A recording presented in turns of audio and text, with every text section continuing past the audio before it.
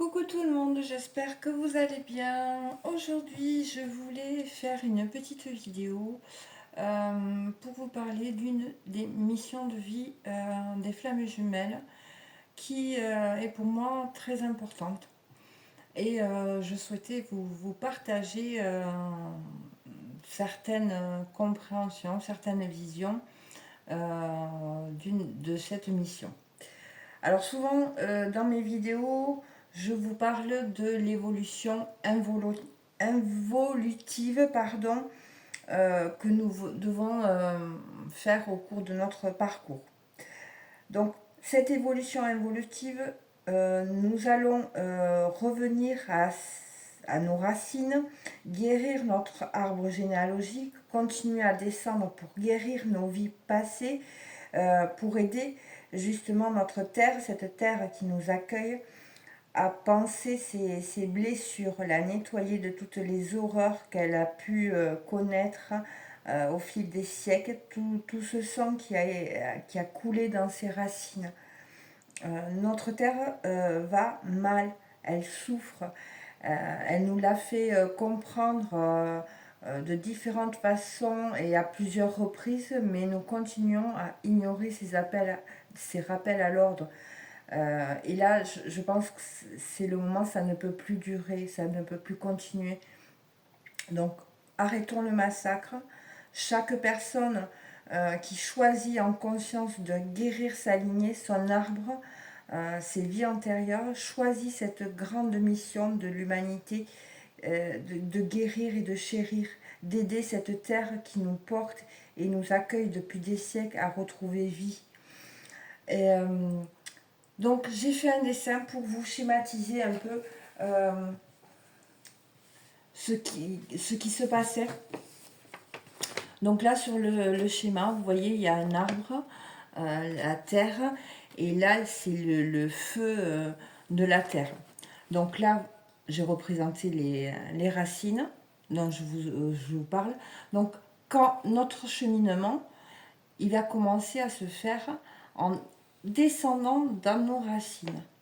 Donc à peu près dessous nos pieds, à 1-2 mètres, on va retrouver tout ce qui est les racines, les nœuds qu'il peut y avoir, les blessures de notre arbre généalogique. Elles vont se trouver à peu près à cette distance.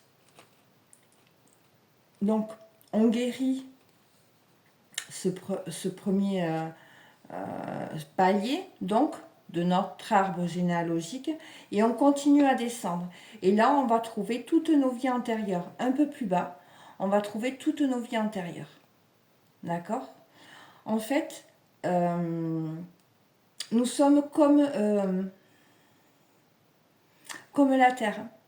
On a des centres énergétiques. Et quand un de nos centres énergétiques est impacté par des blessures, ça bloque le flux d'énergie. Donc l'énergie ne passe plus correctement. Et bien là, c'est pareil. Regardez. Par exemple, dans la lignée, il y a des problèmes. Il y a un nœud qui se fait là. Hein?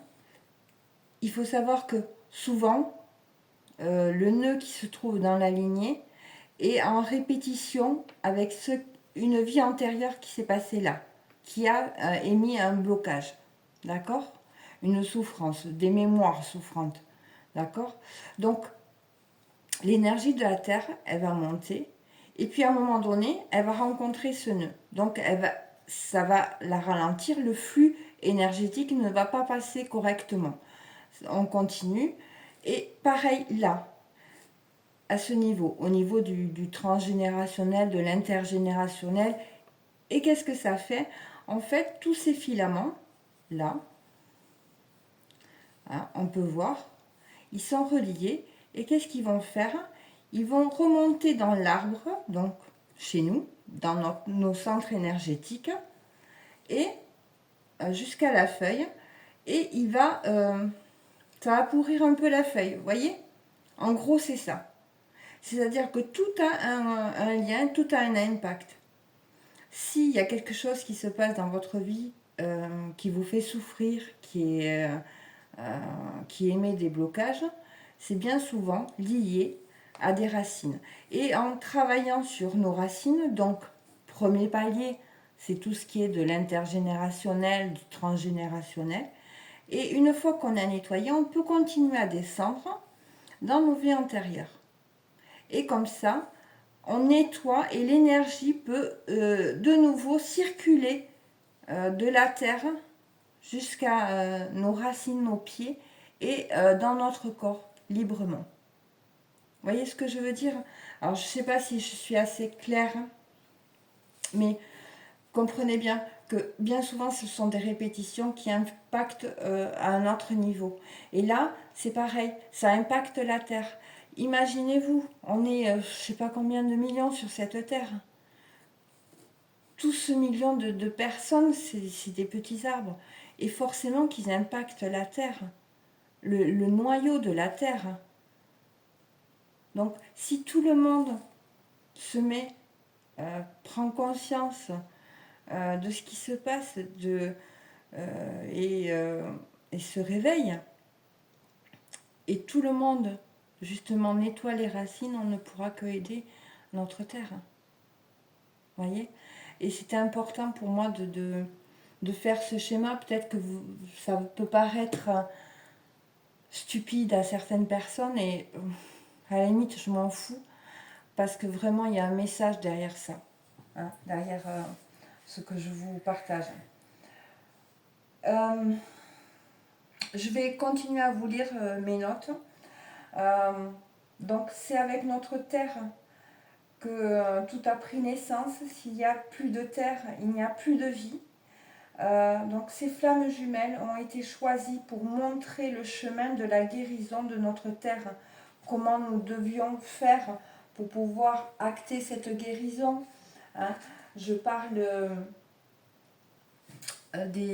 justement des personnes qui vont nettoyer les karmas, effectuer des libérations émotionnelles.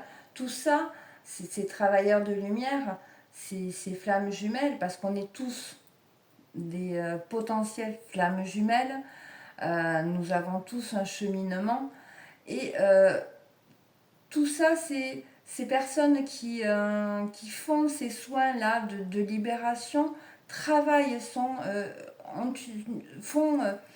accèdent à cette mission de justement aider notre terre à aller mieux, hein. Donc, ça libère de l'intergénérationnel, du transgénérationnel, du karmique, mais également comment on se comporte ici et maintenant, en prenant conscience de la loi de conséquence. Tout a un impact en étant amour dans le moment présent. Ce que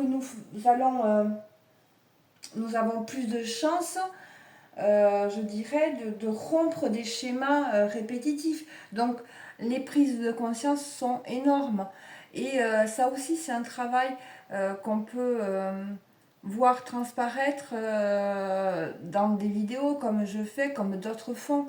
Vous voyez, de transmettre, ça permet d'impacter les personnes qui ne sont pas encore réveillées, je dirais, et de leur permettre d'avoir cette prise de conscience. Donc tout est important.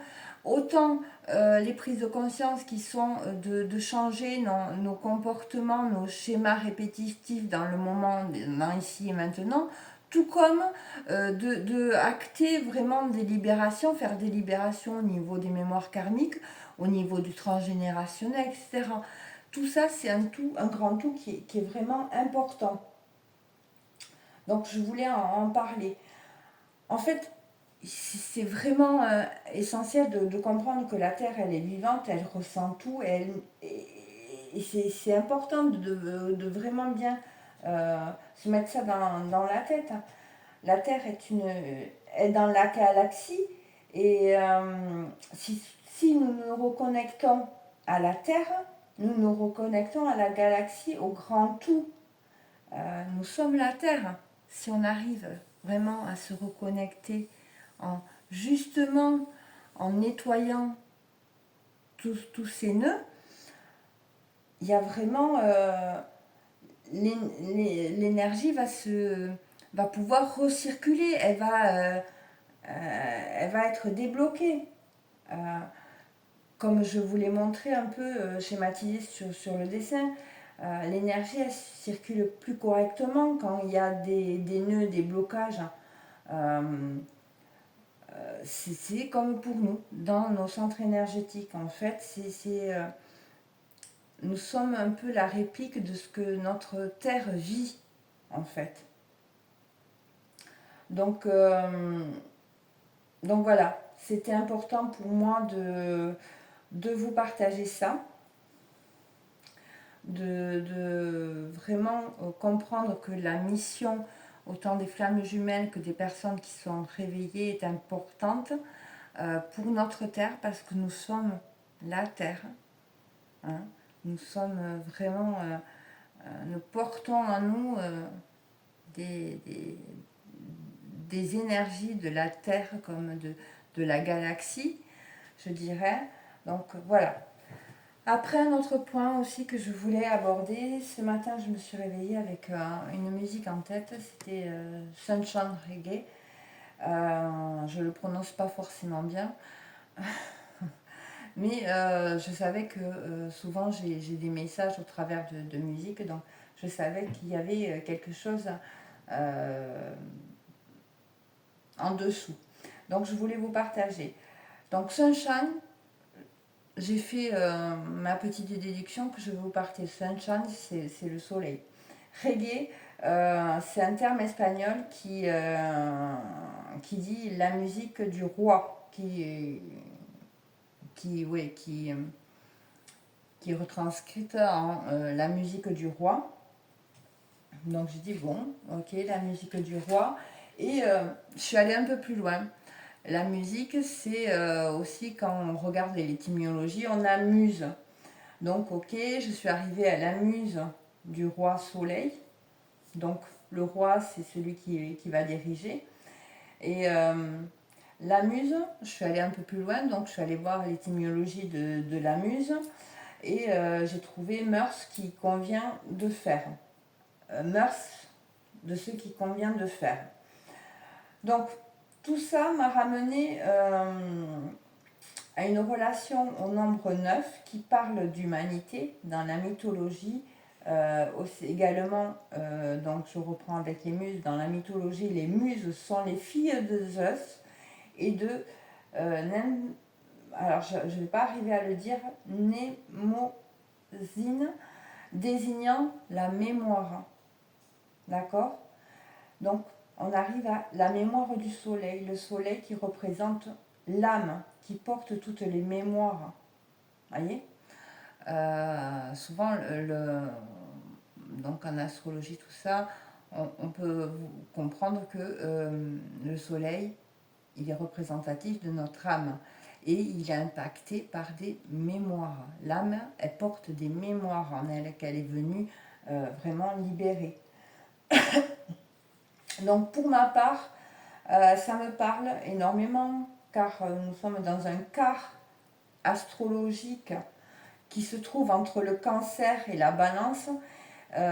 Donc ce quart, il parle de toutes les dépendances liées à des mémoires souffrantes que porte notre âme et que nous sommes venus libérer.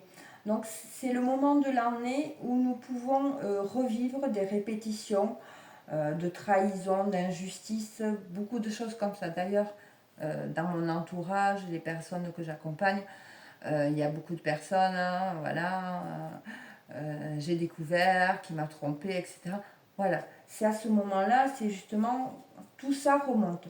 C'est pour, bien sûr, en prendre conscience et se libérer de ce qui doit, pour retrouver notre plein pouvoir et alléger notre âme afin de la libérer. Donc, souvenez-vous, quelles ont été vos prises de conscience avec. C'était important ça, excusez-moi, je suis pas très organisée dans ma façon de parler aujourd'hui, je m'en excuse, mais c'est comme ça. Hein, donc, je voulais vous dire, souvenez-vous quelles ont été vos prises de conscience au mois de juillet dernier, le mois 7. Vous pouvez vous en servir pour ce mois d'août, le mois de 8 du rééquilibrage. Pourquoi? Parce que le mois 7, c'est vraiment les prises de conscience. Au mois de juillet, peut-être que vous n'allez peut-être pas focaliser dessus, mais revenez sur ce mois de juillet. Regardez les prises de conscience que vous avez pu avoir au mois de juillet. Parce que là, dans ce mois d'août, donc le mois 8, il y a du rééquilibrage de karma. Libérer ce qui doit pour pouvoir renclencher un nouveau cycle. Hein. Donc, et éviter certaines répétitions, car pour ceux qui ne pourront pas ou ne voudront pas aller, voyez, comment dire, je dirais, c'est pas toujours évident de faire cette gymnastique, je dirais, de revenir voir, remettre un focus sur les prises de conscience, etc. Et de acter des changements, c'est pas forcément facile. Et des fois, on n'y arrive pas. C'est pas le bon moment où on n'en a pas envie. Voilà, parce que c'est trop dur. Hein. Là, c'est clair que si nous n'arrivons pas justement à revenir sur ces prises de conscience et adopter un positionnement et rééquilibrer les choses de la bonne façon pour nous, là, il y aura le cycle ne va pas se terminer, c'est-à-dire qu'on va recommencer le même cycle jusqu'à ce que on puisse se libérer et passer à un autre cycle.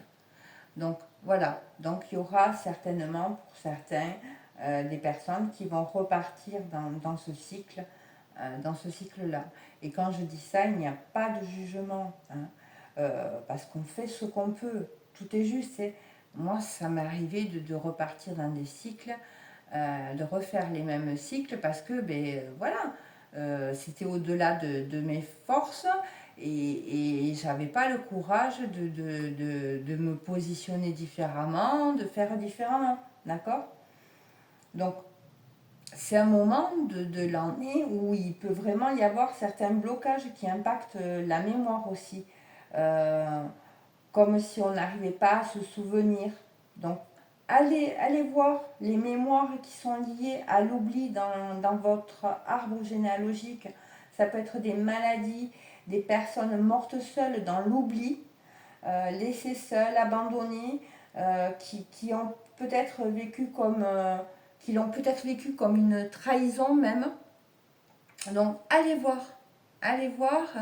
Peut-être qu'il y a quelque chose justement à libérer à ce niveau-là. Donc voilà, je voulais vous partager tout ça, c'était essentiel pour moi. Euh, ben, le but, c'est que vraiment on prenne conscience qu'on est vraiment relié à notre terre, que tout ce qu'on va pouvoir faire va l'impacter et que notre énergie est reliée à l'énergie de la terre. Donc je me répète parce que c'est très important. Enfin voilà, c'était essentiel pour moi. J'ai tiré 2 cartes hein, parce que j'ai demandé 2 messages complémentaires par rapport à ce que je vous ai partagé. Donc avec l'oracle des animaux. Et on a eu l'hirondelle et le lion. Et donc je vais vous lire un peu ce que nous raconte l'hirondelle. L'hirondelle nous parle du monde. Le monde est mon pays. Voilà ce que dit l'hirondelle. Le message de l'hirondelle est en rapport avec la pensée dite holistique, qui consiste à considérer que tous les phénomènes sont reliés les uns aux autres, en interdépendance. Vous voyez, on est en plein dedans. Et le lion, je vais vous dire, hop, excusez-moi, le lion, ma vraie majesté repose dans mon cœur. Le message du lion est en rapport avec la réussite, comment l'obtenir et qu'en faire. Et qu'est-ce qu'on en fait. Donc voilà, les messages pour accompagner ce petit partage. Prenez bien soin de vous. N'hésitez pas à partager si vous pensez que cette vidéo peut amener des prises de conscience à une autre personne. Je vous remercie infiniment pour vos likes qui marquent un encouragement à mon travail et un respect pour mon travail. Donc merci beaucoup les personnes qui likent. Et ça ne veut pas dire forcément qu'on est d'accord, mais c'est vraiment pour souligner le respect du travail qui est transmis. Donc merci infiniment pour vos abonnements, votre soutien. Merci infiniment. Je vous embrasse très fort et je vous dis à bientôt. Bisous.